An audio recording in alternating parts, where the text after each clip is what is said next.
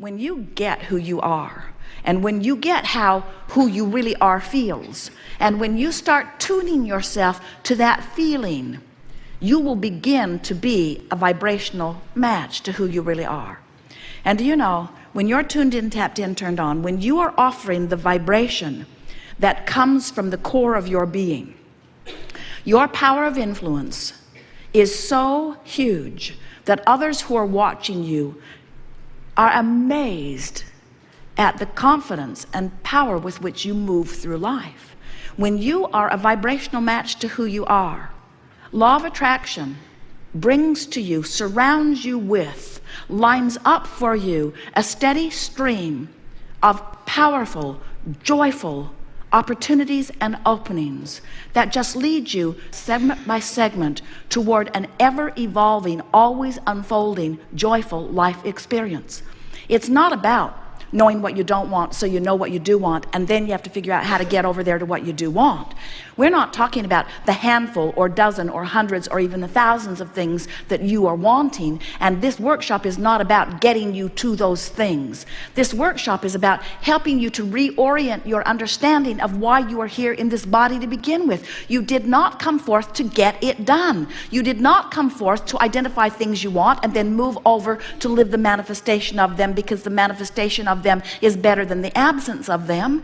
You came forth in order to identify what you want so that you could move in the direction of what you want, so that you can enjoy the stream of life that is constant and eternal.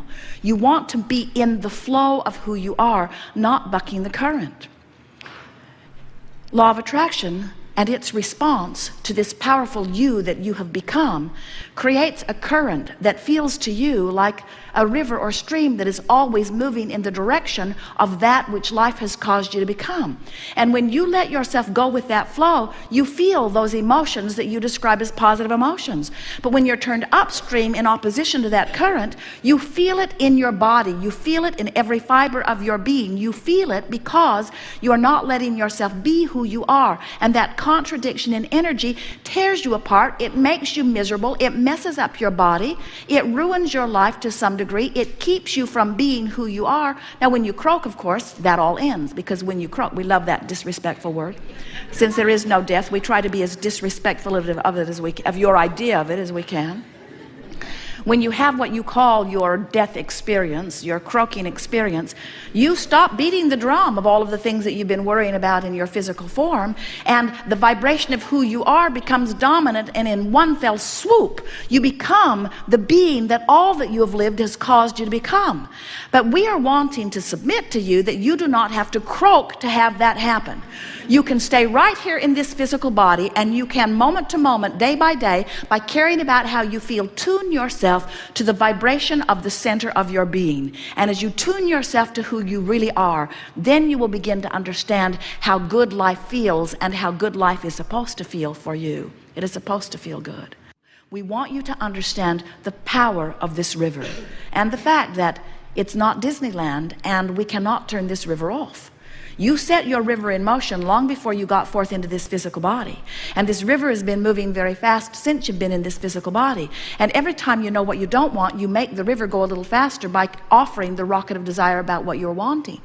The reason the river moves faster and faster and faster is because every time you identify at any level of your being a preference or a desire how life would be better for you, the non-physical part of you embraces that thought so completely and holds it so unequivocally and becomes the vibrational offering of it so completely. And then as the powerful law of attraction responds to that ever increasing, amassing vibration that you are setting forth, there is a powerful sucking feeling that is drawing you toward it. Are you getting a sense of this? We're trying to get you to understand how fast this river is moving and how important it is that you let yourself go with it. When you let yourself move in the direction of who you've become, you feel the ease of going with that flow. And when you turn in opposition to it, you feel the dis-ease of not allowing yourself to go with the flow. And every emotion you feel is about simply that.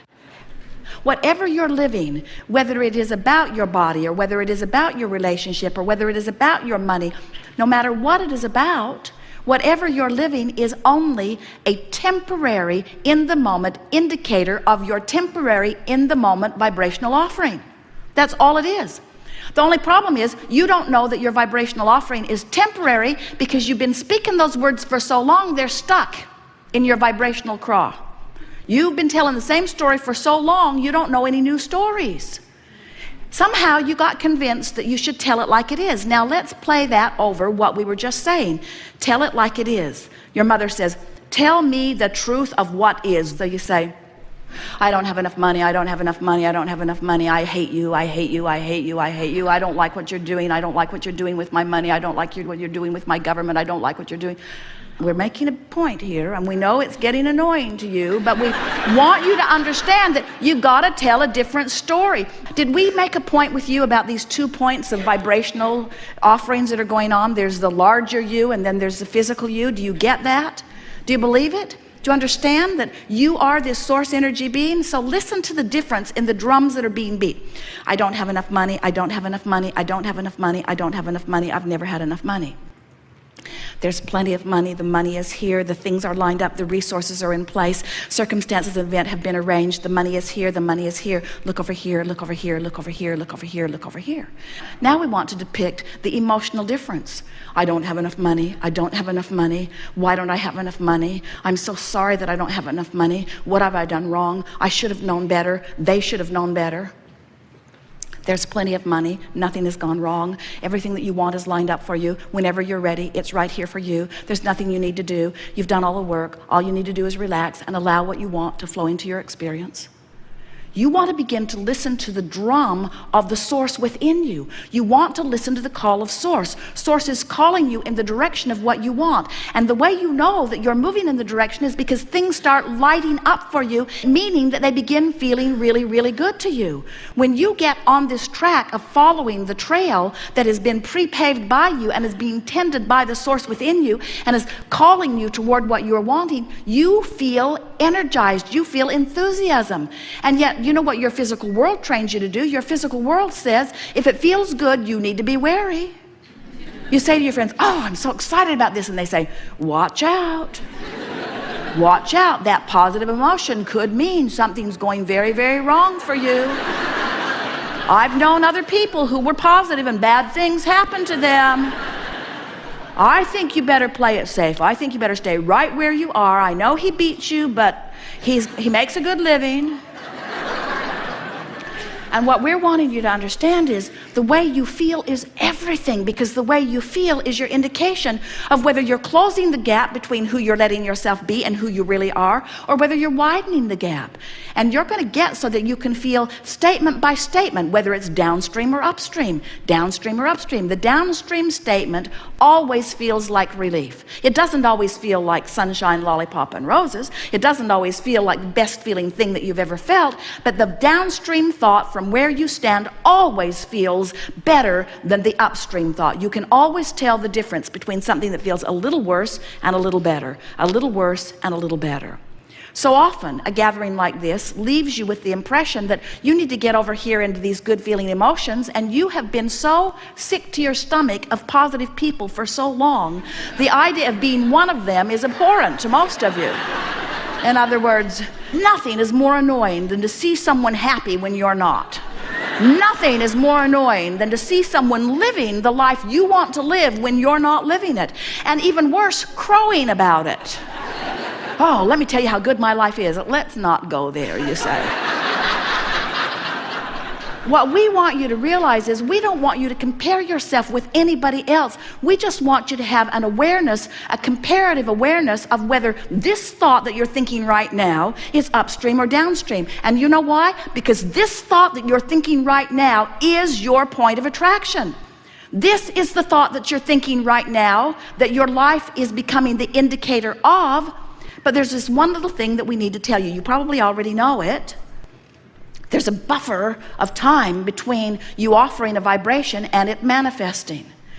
More than 99% of every creation is completed by you vibrationally before the evidence begins to show. So you can be turned in the downstream direction for a while before you begin to see the evidence of it. And that's what makes you not know. You want instant manifestation. Can you imagine Jerry and Esther on the river with their guide, telling him, oh, we like instant manifestation, so we don't want to take all the time to ride down the river. Put our boat back on the bus. Let's drive down the canyon, be a lot faster. Put it in a few hundred yards from where we're going to take it out. We'll just be done with this. And he would say, I thought you wanted to ride on the river.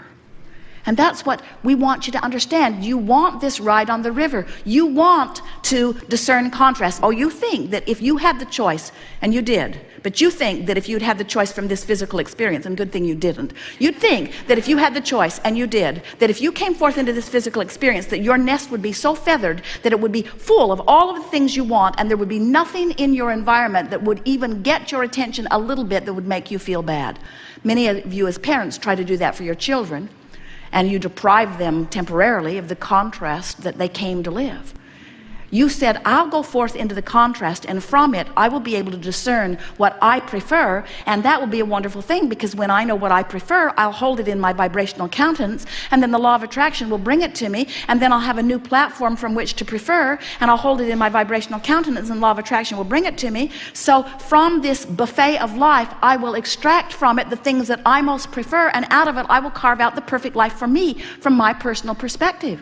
But instead, you got here, and there were so many other dysfunctional people around you who had already lost sight of their own guidance system, who said to you, most of you, I am a very conditional lover and liver of life, which means good conditions make me feel good, but bad conditions make me feel bad.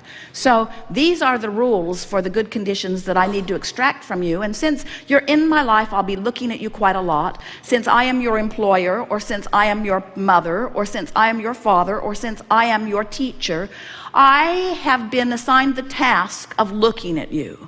And when I look at you, I want to feel good, which means you need to perform in ways that make me feel good. I don't want you to be selfish.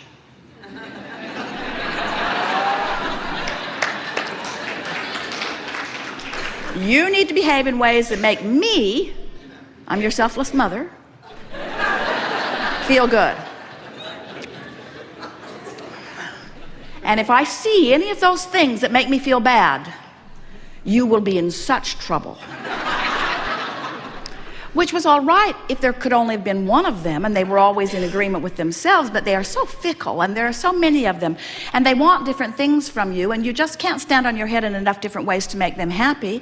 And pretty soon you figure out that no matter how hard you try, you can't make them happy. And we are wanting to say to you that none of you came forth with the intention of listening to anyone outside of you. Every one of you knew that life would cause you to expand, and that that expanded being would call you, and when you go in the direction of that expansion, that you would feel good. And you planned on leaving everybody else out of the equation. You really did. You did not plan on guiding your life by that which other people are saying. First of all, they don't have very much of an attention span. Have you noticed? How long did your lover really give you his undivided attention? No one dares say. Not that long. Not that long. How long did your mother give you her undivided attention? Not very long. Nobody can do it, because nobody is born to be the keeper of you. They are all born to be the creator of their own experience. And we think that the greatest hypocrisy, the thing that has caused you the most trouble, is that they tell you that you are important to them, but the bottom line is how they feel is what's most important to them. So they keep trying to guide you and your behavior by what makes them feel good. And then, oh, you get so full of resentment, because you know what would make your life really wonderful right away is if you could just accept that everybody is in this life for themselves. And that's not a bad thing, because what that's really saying is everybody is source energy, and everybody came forth in order to give birth to new rockets of desire, and everyone has a source within them that is guiding them toward their best interest. So imagine what a wonderful world that is. If everyone has their own personal guidance system and it is source, and everyone is being called toward the improved life experience, and everyone, or even most of them, or even some of them, are hearing the call and moving toward it, can you imagine how magnificent this world would become?